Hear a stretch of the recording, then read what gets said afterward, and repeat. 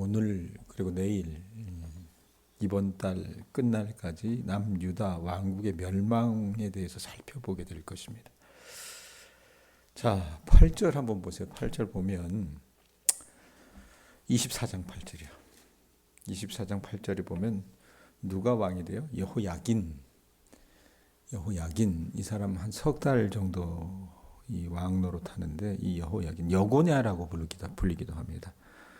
이 사람이 18살 18세의 왕이 올라 석 달을 다스렸다라고 성경은 기록을 해요. 자, 그런데 이 사람을 평가하기를 또 뭐라고 얘기합니까? 늘 우리가 듣던 것처럼 이전의 두 왕들과 다를 바 없이 여호와 하나님 보시기에 악을 행했다라고 얘기를 합니다. 자, 10절에서 12절 한번 눈이 가주셨으면 좋겠어요. 그때에 이러면서 바벨론의 왕 느부갓네살의 신복들이 예루살렘에 올라와서 그 성을 에워싸니라. 그 성은 예루살렘 성을 말해요. 그의 신복들이 에워쌀 때 바벨론의 왕 느부갓네살도 그 성에 이르니 유다의 왕 여호야긴이 그의 어머니와 신복과 지도자들과 내시들과 함께 바벨론 왕에게 나아가며 왕이 잡으니 때는 바벨론의 왕 8째 희라. 뭐 이렇게 나오는데 연표 한번 보실래요? 제가 그 나눠드린 거 갖고 계세요 혹시? 보면 열왕기하 후반부라 그래가지고 그림에 이렇게 나와 있는데 우리가 여러분 쭉 봤던 게 뭐 므낫세, 아몬, 요시야가 참 좋은 임금이라 그랬잖아요. 그리고 여호아하스, 여호야김 어제 우리가 살펴보았습니다. 아주 악한 임금 중에 하나였는데 그리고 오늘 여러분 우리가 보게 될 임금이 누구냐면 여호야긴과 시드기야예요. 시드기야. 자, 그런데 여호야긴은 보면은 597년 BC 597년 이렇게 나와 있어요. 딱 석 달 정도만 왕노릇했기 때문에 BC 597년 이렇게 나와 있고 시드기야 때에 이제 남유다가 완전히 멸망합니다. 이 사람이 11년 정도 다스렸어요. 597년에서 586년까지. 그래서 지금 요 상간의 이야기들을 우리가 좀 말씀을 통해서 보게 될 텐데, 자, 이 주전 597년 여호야긴이라고 써 있던 게 아까 597년 BC 597년이라는데 주전 597년 3월 15일 이 바벨론 왕 느부갓네살에 의해서 예루살렘 성이 어떻게 무너졌습니다. 자, 이방왕 느부갓네살은 예레미야를 통한 예언을 성취하는 장본인이 됐는데 13절 말씀 한번 보면 그가 예루살렘 성을 어떻게 노략했는지 말씀이 기록을 해요. 여호와의 성전의 모든 보물과 왕궁 보물을 집어내고 또 이스라엘의 왕 솔로몬이 만든 것 곧 여호와의 성전의 금그릇을 다 파괴하였으니 여호와의 말씀과 같이 되었더라. 자, 이 물건들, 소위 말하면 여호와의 성전에 있는 물건들, 솔로몬이 만든 그 모든 그릇들, 이런 것들은요, 뭐 하는 데 쓰였어요? 하나님을 예배할 때 쓰였던 그런 물건들이었습니다. 그렇기 때문에 역사적으로 굉장히 상징적인 물건들이었습니다. 소중한 것들이었어요. 우리로 얘기하면 뭡니까? 보물, 그다음에 국보, 뭐 이런 거예요.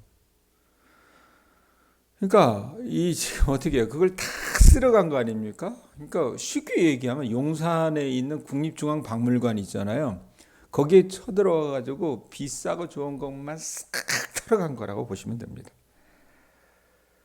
자, 그런데 유다가 멸망해 가는 것은 이 느부갓네살이 어떤 그 남유다의 가장 중요한 사람들을 이제 포로로 잡아가거든요. 아수르 같은 경우는 바벨론 이전에 있었던 아시리아라고 하는 나라는 어땠습니까? 그냥 싹 다 죽여버렸어요. 예?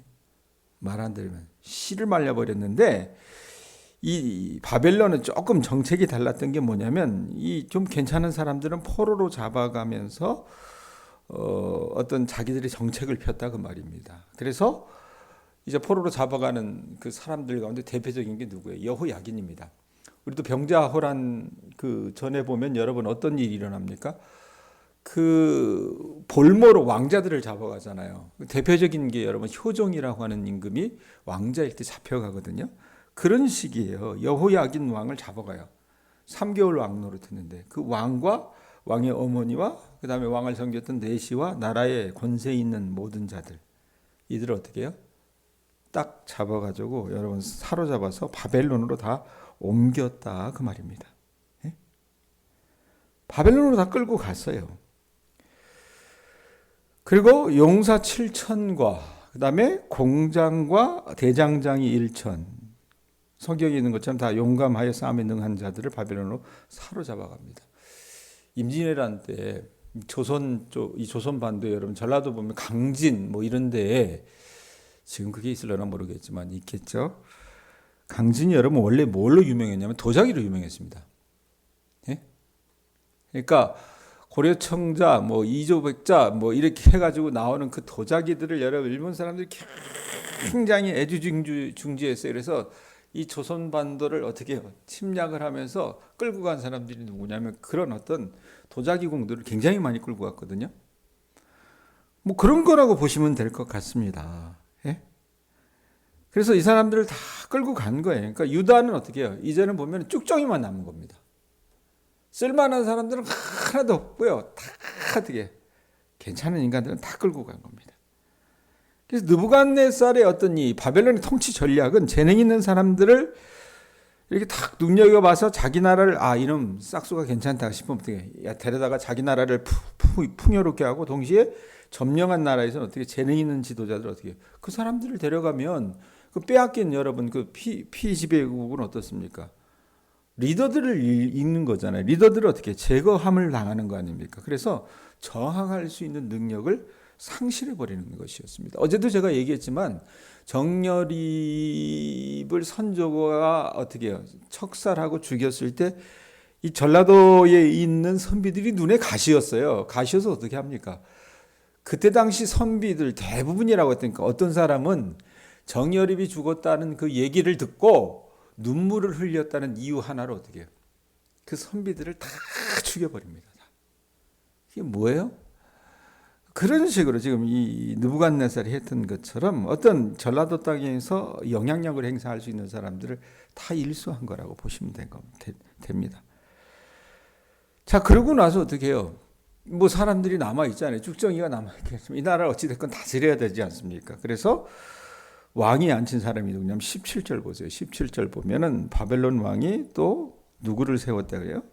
여호야긴. 이 볼모로 잡혀간 3개월짜리 왕. 이 대신에 여호야긴의 숙부, 삼촌인 마타니아를 대신하여 왕으로 삼고 어떻게 합니까? 그저께도 우리가 봤지만 이름을 바꿔버리잖아요. 네? 이름을 바꿔버린다 그랬습니다. 창씨 개명을 시켰는데 그 이름을 고쳐 뭐라고 얘기했다고 합니까? 시드기야. 이게 남유다의 마지막 왕을 세웁니다. 자, 시드기야는 이 요시야 임금의 아들이었습니다. 하무달이라고 하는 그 왕비가 낳은. 그래서 이 사람이 11년을 이 유다를 다스리는데 다시 한번 보세요. 화면 보시면 시드기야 이렇게 있고 597년에서 586년 이렇게 나오잖아요. 11년을 나라가 망하기까지 다스렸습니다.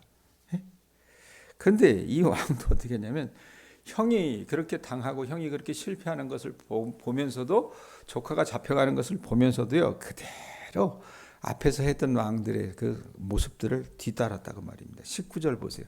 그가 뭐라고 얘기합니까? 누구의 행위를 따라? 여호야김. 여호야김은 누구예요? 자기 형이에요. 형. 여호야긴의 아버지. 그 여호야김의 모든 행위를 따라 여호와 보시기에 악을 행했다. 이렇게 말합니다. 자, 그러니까 이 사람이 감각이 없어요. 시드기야라고 하는 인물은. 여호야김은 굉장히 사악한 인물이었고 시드기야는 이제 조금 이따 보겠지만 기가 얇아요. 기가 얇아. 판단력이 굉장히 흐릿한 사람이었습니다. 그래서 이 사람이 어떻게 그냥 틈새만 보고 앉아 있었다가 바벨론의 멍에에서 벗어나려고 반역을 시도합니다. 그게 24장 끝절에 있는 말씀입니다.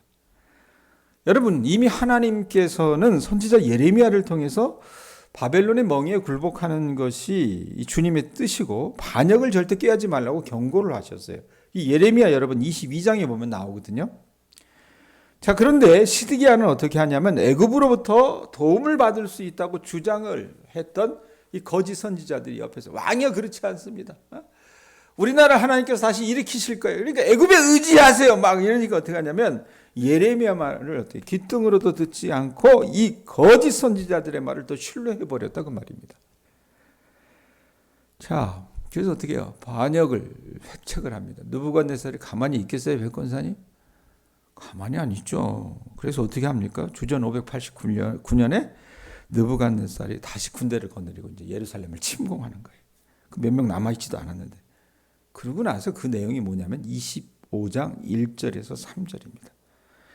자, 25장 1절에서 3절 한번 보세요. 보면 시드기야 제9년 열째 달 11일에 바벨론의 왕 느부갓네살이 그의 모든 군대를 거느리고 예루살렘을 치러 올라와서 그 성에 대하여 어떻게 했다고 얘기합니까? 진을 치고 주위에 토성을 쌓았다라고 얘기합니다. 그러고 나서 1년 반 동안 포위가 된 겁니다. 예? 그러다 보니까 이 성에 어떤 일이 벌어져요? 자, 느부갓네살이 군대를 다 거느리고 올라와서 사람들이 드나들지 못하도록 우리가 살고 있는 예를 들면 동양면, 대량리 이 일대를 어떻게 해요? 그냥 토성을 쌓아가지고 주변에 토성을 쌓아가지고 사람이 왔다 갔다 못하게 하는 겁니다. 그러면 어때요? 먹을 게 있어요? 예? 뭐 나만 하는 게 뭐 있겠습니까? 물 끊고 예? 먹을 수 있는 거 다 끊어버리니까 말씀에 있는 것처럼 기근이 심해서 백성이 먹을 수 있는 양식이 떨어지게 됩니다. 자, 견뎌낼 수가 없는 거예요. 그러다 보니까 어떻게 성이 기원전 597년에 597년에 완전히 멸망하게 됩니다. 예? 아니 587년에 여긴 86년이라고 나왔는데 87년에 멸망하게 되고 바벨론 군대가 어떻게 성을 완전히 장악을 했어요. 그래서 유다의 군대가 어떻게 합니까? 왕을 지키는 그 수비대와 이 시드기야 왕은요 도망갈 궁리만 했거든요. 제가 어제 선조가 조선시대의 가장 악한 왕이라고 그랬어요. 왜 그런 얘기를 했냐면 임진왜란이 났었을 때 한양을 침공하기도 전에 선조가 어떻게 합니까? 일본이 한양을 침공하기도 전에 도망가요. 예? 우주까지 도망간다 그럽니다. 신의주까지. 뭐 그때 처음 먹은 왕이었다 그러는데 시드기야도 비슷했었던 것 같아요.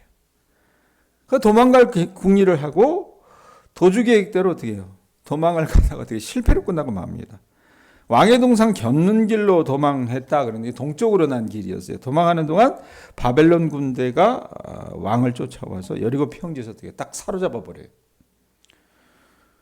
완전히 이제 시드기야는 여러분 왕이 아니라 포로가 됩니다. 예?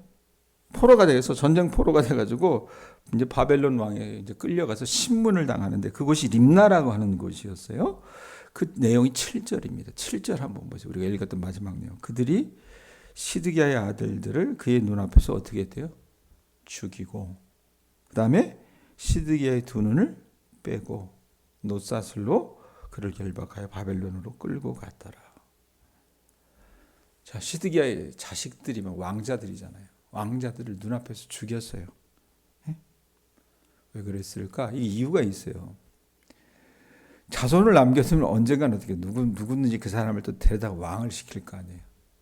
그렇기 때문에 왕위를 주장할 수 있는 사람들을 완전히 제거하는 겁니다. 또 반역을 꿈꾸는 사람들이 있을 거 아니에요. 그러면 이꼴난다. 본보기로 보여주는 겁니다. 그렇게 자기 목숨 때문에 자기 때문에 목숨을 잃은 자식들을 본 것이 시드기야의 마지막 모습이었습니다. 예? 그러고 나서 어떻게 해요? 자식들이 죽어나가는 것을 보게 하고 나서 두 눈을 뽑아요. 그리고 쇠사슬로 결박해서 바벨론으로 끌어가는 그런 상황을 우리가 말씀 속에서 본다고 말입니다. 여러분 시드기야가 받았던 어떤 형벌은요 노예들이 받는 푸대접이었습니다. 그게 여러분 바벨론 사람들이 이 패망한 왕국의 시드기야라고 하는 임금을 보는 어떤 관점이었다고 보시면 됩니다. 이게 오늘 우리가 읽었던 말씀의 내용이에요.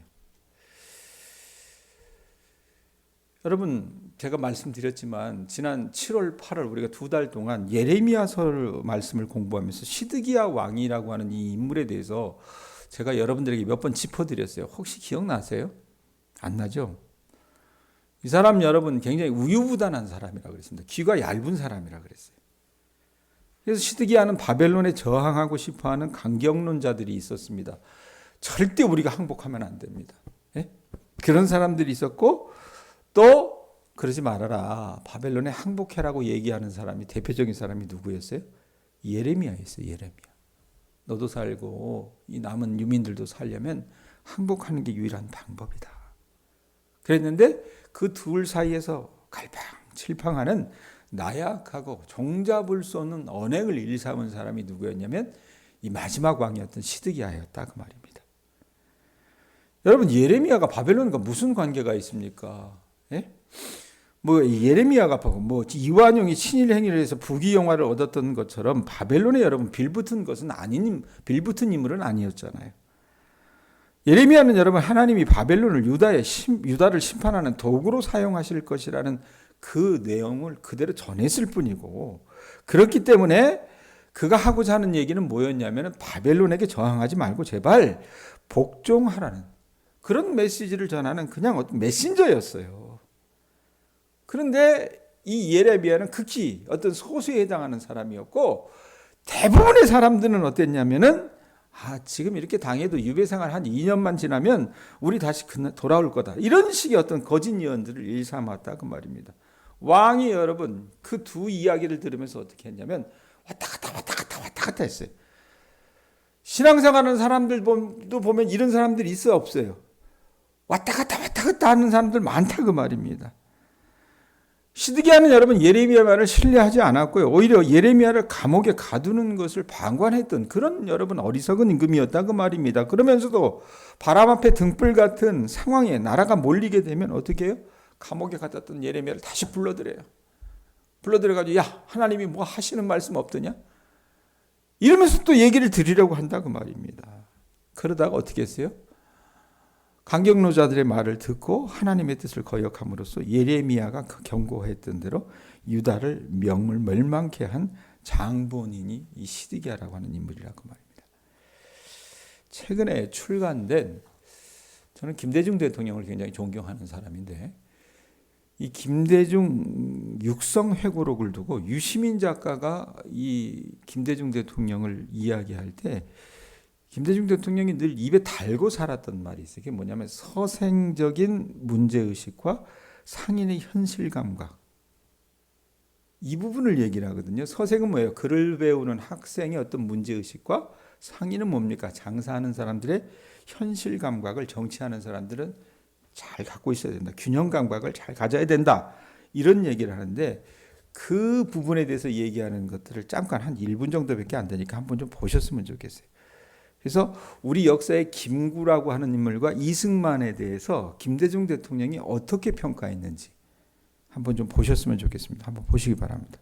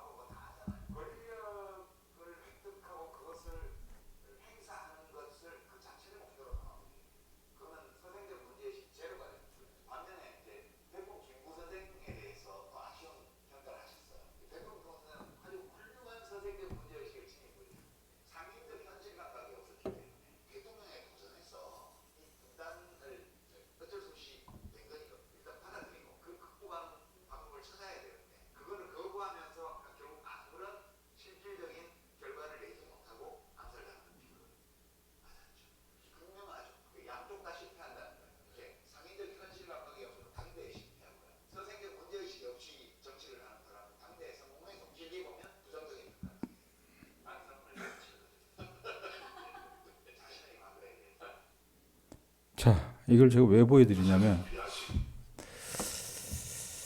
여러분 시골에서 농사 짓는 우리들에게는 다소 어려울 수 있는 어떤 적용점일 수도 있겠지만, 김대중 대통령의 이런 식견을 가지고 보면 이 시드기야라고 하는 이 인물은요, 그야말로 빵점짜리 지도자였다고 봅니다. 서생적 문제의식도 상인의 현실 감각도 없이 그저 귀가 얇아가지고 어떻게 해요? 이 말 들으면 그 말이 옳은 것 같고 저 말 들으면 저 말이 옳은 것 같아가지고 왔다 갔다 하면서 남유다라고 하는 나라를 역사 속으로 사라지게 한 장본인이 되었다라는 얘기입니다. 그리고 지금 우리 대한민국의 지도자라고 하는 윤석열 대통령도 제가 봤을 땐 시드기야와 별반 다르지 않은 인물인 것 같습니다. 그래서 저는 이 나라의 운명이 몹시 더 걱정되는 사람 중에 하나입니다. 제발 멸망당한 유다처럼 되지 않아야 될 텐데 하는 염려가 많아요. 자, 그런데 그 사람들은 그 사람들이라고 칩시다. 여러분과 제 안에도 이런 시드기야의 모습이 참 많지는 않은지 한번 좀 살펴보셨으면 좋겠습니다. 사실 하나님의 자녀라는 여러분, 우리 모두는 하나님의 자녀라고 하는 그 자기 정체성을 가지고 그 자부심을 갖고 살아나가지만 우리 삶 속에서 보여지는 어떤 모습은요, 시드기야의 모습이 더 많이 나타날 때가 많다 그 말입니다. 그래서 우리 스스로 우리의 삶을 멸망의 구렁텅이로 몰아버릴 때가 많은 그런 경험들을 하게 될 때가 있다 그 말입니다. 여러분, 오늘 유다를 멸망케 한 이 지도자였던 시드기야, 이 시드기야의 예를 보면서 하나님께서 우리에게 주시는 깨달음을 여러분들이 좀 얻어나가실 수 있기를 주님의 이름으로 축원드립니다. 아셨어요? 나에게는 서생적 문제의식이 있는지, 상인의 현실 감각은 있는지, 이 균형을 잘 잡으셔야 돼요. 그게 말씀대로 행하는 겁니다. 아셨어요? 신앙이라고 하는 건 하늘에 붕 떠 있는 게 아니에요. 땅에 발 딛고 신앙생활 하시는 건데, 이 부분을 잘 가지고 여러분들이 여러분의 삶의 현장 속에서 살아나가실 수 있는 주님의 자녀들 되실 수 있기를 바랍니다. 기도하겠습니다.